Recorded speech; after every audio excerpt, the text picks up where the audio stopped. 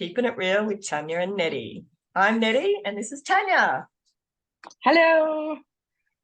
Today, we are going to be talking about life after death, or what happens when you die. Now, Tania, we've got some Q&As, I believe, today. So people have actually been sending in some questions. Yeah, so the first one is a super common one that I get during readings from families that have lost a loved one, and they often ask, is my loved one okay? Are they safe? Are they happy? Are they in pain? All of that. So that's the first question, is basically, are they happy, safe, etc.? Yeah, and a really valid question, because that's, I think, even for someone when they're dying themselves, it's like, what's going to happen to me on the other side? So it's sort of asking that same question. Do you want to start with this? Sure. So for starters, I've never had somebody come from anywhere other than the other side, where their soul is basically perfection. So it's not like somebody comes up from hell and is like, "Whoo, it's hot down there, but super glad I got to come for a visit." So everybody just passes, from what I see, is that they just pass over to the other side. Basically, it's like a veil's lifted and they just kind of move over. And they're safe and they're happy, and they slowly let go of human emotion. So when they come through in a reading, they'll come through in a personality that you will recognize. However, when they're actually in the spirit world, they're not necessarily of that personality, if that makes sense. Yeah, absolutely. Yeah. So yeah, I get a similar thing. I think often the traits that they come in that we see, that will say, oh, this person is loud, or this person is bubbly, or they're obnoxious, or the whatever, is actually to give a validation of who they are, so that the person that's on the other side can like the person who's living can understand that this connection. And when you strip that back, their soul is actually almost what I would call neutral. So they're not, they're not negative, not positive. It's just it's a lovely in between, where the motion doesn't exist in that way. But definitely when they come to someone, I've only ever had someone come with love. So when they come to guide or to deliver their messages that help guide through life, they actually come with pure love for that person, for wanting that person's journey to move forward. So, I used to hear people say stuff about scary ghosts and stuff, but I've seen ghosts since, or spirits, since I was a child, and I call them the same thing. But I have never had a negative one come through. So I don't know if that's just for the movies or whether we just attract positive spirits. Not quite sure. I completely agree with you. I have never had the experience of any spirit being anything but love. Sometimes they'll talk about like a particular experience. They'll say, oh, I acted like this there, and they'll give their apologies or sort of take responsibility for damage that was done when they were on Earth. But I believe that that's not necessarily for that soul and Yes. making the amend. It's for the person that they're communicating with, to give them some peace.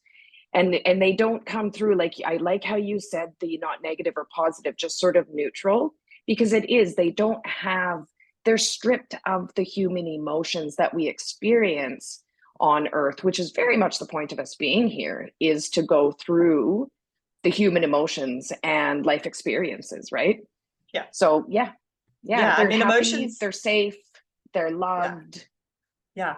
Emotions, bring the drama, that sort of thing to people's life, that up and down, and they don't have that. So when they're giving a message without drama, without all of that emotion attached to it, it's such a peaceful, loving message, because they're not offended, or they're not, whatever. So it's when you get to the other side, life's good.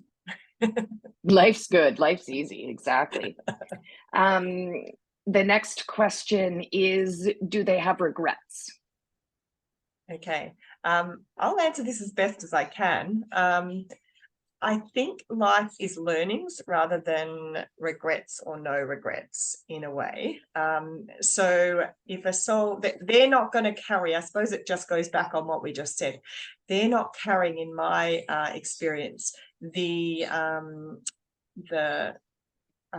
emotion to what that is. But in saying that, they have said that I wish when I was on earth, you hadn't been impacted in that way by my actions or my things. So do they wish that their time on earth could be different? Absolutely, I see that and I hear that. But do they look back on their life to say, I wish my life didn't happen? No, because what happened on their life actually makes their soul in a better place, or in a place of learning to move forward with.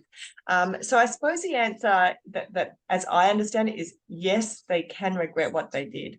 So if someone was abusive or someone was horrible on life, or didn't acknowledge or didn't bring someone in, they can look back with human emotion of regret, but it doesn't carry in the same way. They're not going to sit the rest of their soul going, I wish I had have. They don't have that.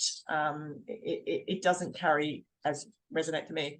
So I'm actually quite interested whether that's your experience as well, because it's not something I've really thought of before. So yeah. I think you said it exactly how I see it as well, is they will come through in readings and say, I'm sorry for the pain that I caused you. I'm sorry for these things that happened, be it abuse, trauma, whatever. But they're not sitting in the spirit world feeling crappy about it. Yeah. And that's not because on a human level, maybe maybe on a human level, they should be feeling pretty crappy about it. But they're removed from those sort of emotions. So no, they're not feeling that way, but they will express it in almost like a hindsight of looking over how they lived their life. They will take responsibility, but they're not actually feeling that feeling. Does that make sense? Yeah. Absolutely. Okay, perfect. Yeah. No, I think we run in line with that. That's a topic we've never really discussed, but it sounds like we're on par. Perfect. And then the next was, what happens when they die? Yeah. Okay. And I know you had an experience, so go for it. I can give an experience of recently this year when my father passed, and so it's quite different to my experience as a medium when I come to people who have already passed. So my father was sick. We went and visited him. I knew that he was going to pass very soon, but the night before he died, when I was going to sleep, with my eyes open in the ceiling of the bedroom that I was in, I could see past spirits of all these people that I'd known. Some of them I'd forgotten even existed, that I'd met when I was young, that were friends of Dad's. There was hundreds of these spirits. My dad was a beautiful person on earth, and a beautiful soul, and was well loved. So I wasn't surprised to see all of these people there waiting for him. And when I spoke to my dad the next day, he told me that he also saw all these people in his room. So what I was seeing was, I was connecting through his soul and back into his human body to be able to see what he could see that night.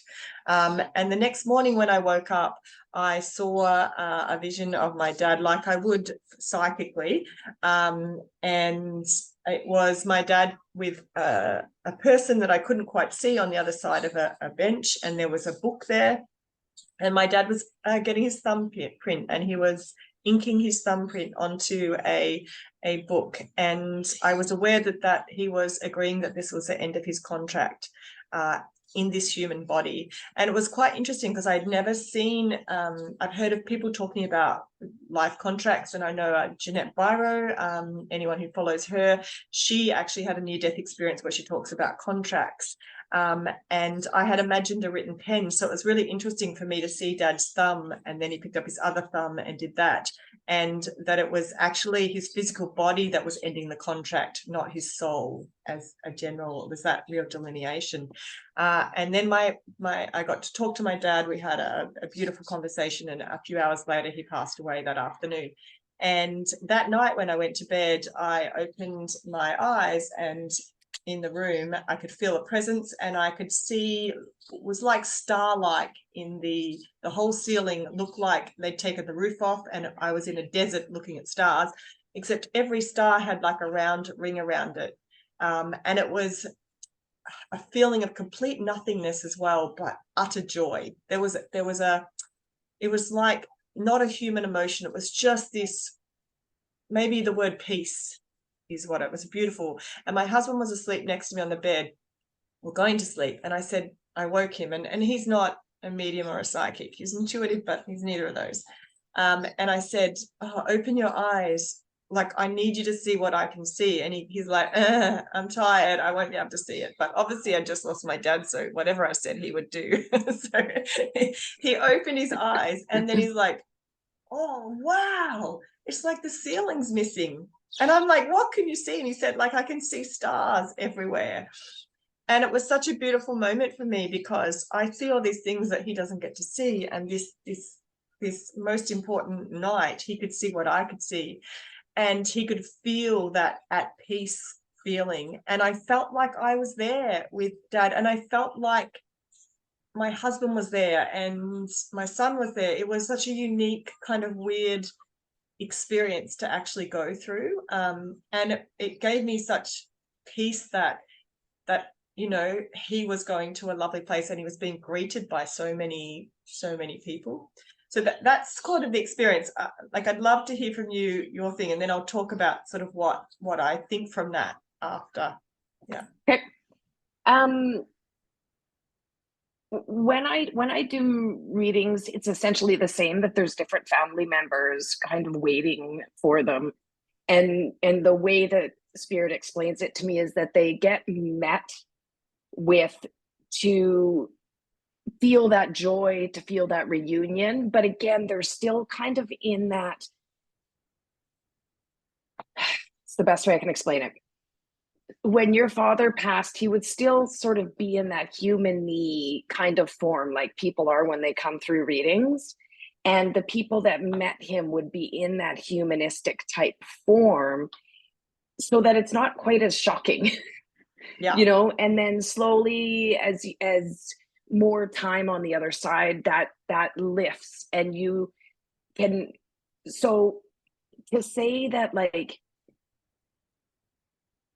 your dad is always communicating with his mother on the other side, to me, would not be accurate, but they don't have to, because they're all just one. Does that make sense? Yeah, it's confusing, but it does. Or am I going too far? No, I was about to say, I think I agree with you, but I think that's the even bigger picture, that probably we don't need to understand that when we move to the other side, there's people greeting us. That's true. That's true. So I loved, can we touch on a reading that you had? I was just going to. Yeah, in Canada. This is great. This is a great little story. And I learned a lot from this. I had a reading when Nettie was here, and this gal was planning on doing an assisted suicide. And so she had met with me. She knew that her time was coming up, and she just wanted to discuss sort of what the afterlife was like. And I just basically, through her family members, explained how they explained it to her. And what they said was that, because she had children, what they said was that she actually has the opportunity to meet with her children in the spirit world, to almost like meet with their souls when she passes. So her living children now. Yeah, but she can meet with them on the other side, sort of in a soul family type way. The way they showed it to me was all of them kind of sitting at a table. And she could also obviously still go back to Earth and communicate with people. And that's another thing that I think is really important for people to know, is that spirit communicates with their loved ones a lot. So if you're doing something and you walk past a rose bush and it really captures your attention, that could very well be your loved one kind of directing your thoughts that way. Yeah, Or, energetically pulling you in. 100%. Or you always see nickels, or you always see dimes, or something like that, so spirit, like, and it's not like you have to call them or make a phone call or like ring a doorbell and wait for them to come. The moment that you think about somebody, they show up, because it's it's not like they have to jump on a train and travel over here, because it's kind of like energy, so it's instant. So I think that's really lovely. um One more thing that I wanted to share, which I think is super duper cool, is I have done readings and I've picked up on spirit coming through, and people are like, but that's my grandma and she's still alive. And I'm Yeah. like, but does she have dementia or Alzheimer's? And they're like, yep. And I'm like, yep, they can do it. I don't know how, but I have done numerous readings of people that have dementia or Alzheimer's. Yeah. And I I just think that's also, fascinating. yeah, I do too. I'd never heard that before, but it resonates with me for sure. And in particular, I was reflecting on with my dad how when he was on Earth, I actually spoke to him uh, at his soul while he was still living. And so Oh, yeah, yeah. we would communicate. So now that he's passed, we still communicate on a regular basis. Like I speak to my dad, 3 times, 4 times a week, whatever. If I need him, he's there. He's often piping in with a great little message that I need to hear or that others need to hear. And the point I'm starting to write messages from my dad from the other side. I've just got them in my diary and I've been writing these down. I love them. But he was doing that when he was alive, and even more so in the last 10 years of his life when he was diagnosed with leukemia. I felt that we communicated even more and more on a spiritual level. And so when he's passing, as sad as it was, I don't feel like I've lost communication at all with him. I've still got that. And I think that's important for people to realize, like when you're doing something and your mum pops into your head that's still living and you can almost hear her saying, that is her soul. Like a soul can travel while they're still alive into you. They are still with you. And then when they pass over, that's not going to stop. In fact, it's intensified more because they have no soul on earth to be worrying about. They can then communicate with you on the other side. So look for signs of, when you do have that feeling of them, don't be afraid to start looking for things. And you can go, oh, but I'm making that up. I saw white feathers everywhere. But if you start to see them all the time when you have them, take the joy, give yourself a break. Like, let it be a message from your mom or a message from your grandma, or because they are trying to communicate with you all the time, as Tania just said. Like, let that message be received. And you'll find too, once you receive a message, those signs for that thing will disappear, and then you'll start to get new ones. And that's like when we do a reading, right? When someone acknowledges what you're saying and they go, oh yeah, this makes sense to me, they start to give us more, and they don't just harp on about the same thing thinking we need to get this point across. So once you start acknowledge that, I see the white feathers, I know that you're there, which might be all they want to know, is that you're not alone. You'll then move on further with them giving you the next part of the message, because they can and see that you understood. I think most people would be able to give stories about communicating in some way with their past loved ones and receiving messages. The only thing is that sometimes grief can make that a little bit more difficult when you're so consumed sort of with that emotion. That doesn't mean they're not there. That's not what I'm saying. It can just make it difficult to pick up on sort of those messages and them being around. And sometimes when humans, because the whole point, and I've said this a number of times, is we are spiritual beings having a human experience, not human beings having a spiritual experience.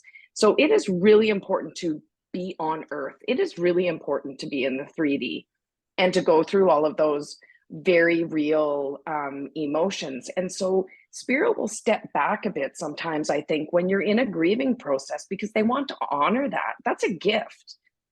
It's, I mean, I've grieved. I assure you, it doesn't feel like a gift, but it's a gift as humans to be able to go through all of these emotions and have these processes. So it's not that they're not there. I've heard of mediums telling people that, oh, I couldn't get a hold of your loved ones. They must not be there. I'm not sure where they are. Like, that's just not true. I've never had the experience that somebody is not available, ever. Like, somebody wants to talk to somebody specific, they might not show up, but that doesn't mean they're not there. Does that make sense? Like, Yeah. it's, what a travesty to say that to somebody. Yeah. And do you think that in your experience that maybe the spirit in that crossover time also is having trouble communicating, like that they've come out of their spirit, or do you think that they know how to do that instantly? I believe they know how to do it instantly. Yeah, because that's, I'm on the same page with that. And I hear them say, oh, they're not ready to communicate yet, or they're not able to communicate in that way. And I do find that spirits can communicate in a different way. I have one that sings. I have one that came through and I could actually feel it within my body rather than do it. So I think they have different abilities to communicate, but I think just as they're able to communicate souls when they're on earth still living, they can communicate when they cross over. So I've heard this time lag, you know, come back in a year and they'll be able to communicate and things like that, you know. Yeah, I don't agree with that either. The only time, my experience only has been with grief. If somebody comes in there grieving and the person is recently passed, when somebody passes and they go into spirit form, they're perfection. They're perfection. They're like, oh God, I got rid of this meat suit that I've been carrying around for the last 80 years. And whew, now I'm free, you know? It's like, oh, I'm in my birthday suit. But what will happen is they'll step back a bit in the reading when the person's significantly grieving. And again, I believe that's because they're trying not to interfere with the human process of grief. So the stepping back, sometimes they'll be like, look, this is just how it is. They're stepped back a bit. But then sometimes someone will say, oh, so-and-so passed a couple months ago. And I usually give a bit of a caveat. And I say, hey, just so you know, this is my experience. This is usually what happens. But then the spirit will pipe in and be like, no, it's fine. Right? And then they'll come forward. So who am I to say what the reason is? I don't know. But somebody's never not there. Yeah. And I've actually found that I've had spirits where they have just died and they've come through and they've been heavily in that person's life because they need help with that grieving process. And I think so for Absolutely. me, it's more that they're coming through when they believe the timing's right or when it's needed, with a greater picture in mind than probably, you know, where are you? I need you. I need a sign from you. And it's like they're not there because they need you to have that time. They need you to go through the motions that you're going through. They're a growth thing for you. They're almost not letting them be a crutch for you in this process. It's like you have to, exactly. if I'm there, you won't see me gone, you know, like you need to have that to learn from that, as horrible as it can be. So yeah, absolutely. And I would love to touch on your reading that you had when you mentioned just before that loved ones at the other side. One of the reasons that made so much sense to me was because I felt like I was there as Dad came across, as was my husband, and I mentioned my son. And so it was interesting as you said that, you know, I stopped and I was kind of like, oh, how does that make sense with what I know? You know, I was over the next few days, I was like, oh, that makes sense that I was there with, you know, I wasn't looking at these people. I was there with these people as Dad came across on a soul level. And a soul level. And so was my husband, who for the first time, you know, could see that. But so was my son, who was asleep in the other room, you know, like, and as were my sisters and, you know, the family. So it made sense to me that we would be there when he comes across from a soul perspective. And having the memory of that on earth, that doesn't exist. But you know, I was lucky enough to see a glimpse into it. And so definitely when you said that, I was like, yes, that makes sense. Like that's, you know, that's the reality, the truth as I see it as well. And I hadn't put it in those words. So I really appreciated that message and the timing of that message while I was there, because you may not have mentioned it if you hadn't have come out sort of, you know, you come out of reading to a certain degree wired. It's like, you know, you've tuned on in this other level, and then trying to actually sit back down and is I was not like, always I easy. just learned the coolest thing. Yeah. It was and funny. then go ahead. No, go. I was just going to say, I think that it's really important for people, like you have your curiosity killed the cat sort of phrase that I'll let you get to in 2 seconds. But I think it's important for people to know that the point really is for really, I don't know why it does that. All of a sudden I get this thumbs up because I speak with my hands. So all of a sudden Zoom, you know, tries to determine what I'm doing. I think it's really important for people to keep their feet on the ground here and stay grounded, because there's a lot of different different energies, different levels, different gosh, what would the word be? Different understandings at a 3D level, a 4D, a 5D, 6D, and up of the other side. But even of the understanding that spirit has taught me about the other side on a deeper level, that does absolutely nothing to help my life here on earth and in the 3D. It changes nothing. Yeah. So I think it's very much something that we don't need to know it in order to succeed in this life or to do well. You know, I think it's important to know that our loved ones are okay, that when we pass, that we're okay, that there isn't a hell. I'm here to tell you there isn't a hell. Would you agree? Yes, I haven't seen a hell. That's what I can tell you. Fair. Yeah, that's probably a better statement. I haven't seen a hell.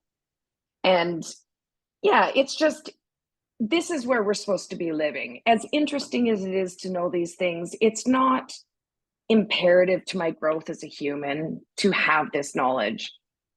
No, I agree with what you're saying. And this is a big point for me, but off air, Tania and I mentioned the curiosity killed the cat that she brought up, and it was brought to me.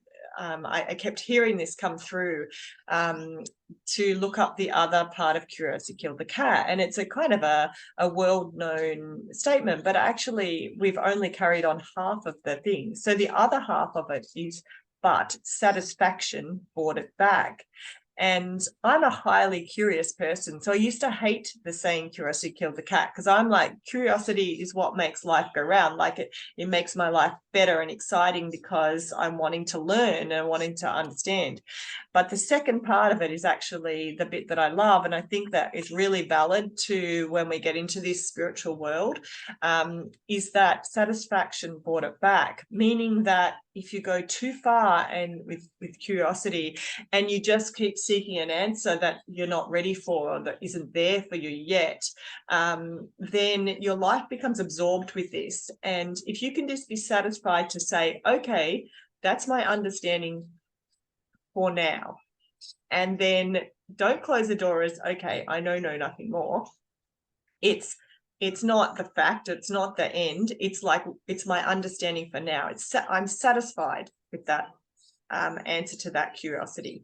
It then opens your eyes to new things that you can look at either side and start saying, okay, I want to explore now this thing. And then you might actually move forward on a journey that expands your mind to a point where you can come back to the question of that curiosity that you had, and you get more information, and then your satisfaction then stops at a higher level or a greater level of knowledge. So, you know, be curious. ask questions, but also know when to stop and say, okay, this is now actually unhealthy for my mind to be getting too far into this. I'm not finding the answer. I'm getting more confused. I'm, you know, we mentioned about time. There's a lot out there. He was about time warps and time things like this. If you get into that, be careful that you don't go too far, that you can't get back into your own body, that you can't get into the human body that you're gifted with, into the mind that you were giving, and maximize that at its own thing. So I agree, in this time where everyone's talking about all these things, I spend more time trying to ground than I do trying to go up and discover more information. Same. I trust that my spirit will deliver that information as I need. If I stay open and I stay curious, then that information as I grow will come and keep coming to me. And I'm highly satisfied that that's the way it's meant to be. Yeah. And thanks for bringing that up. I also think that, oh my gosh, I just lost my train of thought.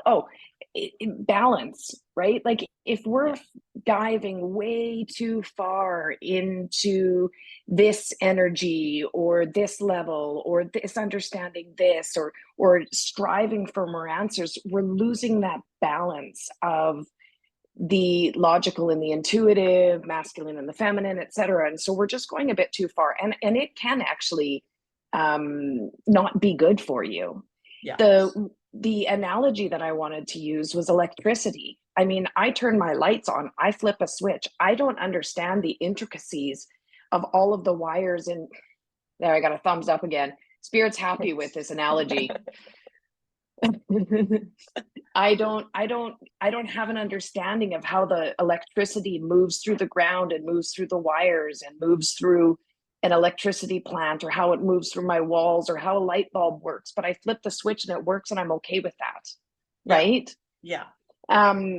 One book though that I want to share that I've read that I found very interesting, very deep, a little bit tough, it's called Disappearance of the Universe. Okay, so that's something a listener can choose at where you're at. Yeah, if they so choose. Absolutely. Yeah. If you resonate with it or not. But that's an interesting book. It gives a very interesting perspective. Yeah, awesome. Well, that's our half an hour for the day, gone very quickly again, as they always do. Wonderful. Yeah, and we love the Q&A, so keep questions coming in, because we will always strive to answer them if we can, and or give our perspective. But it's been awesome talking to you again. You as well, Nettie. And thank you everybody for tuning in. Thank you.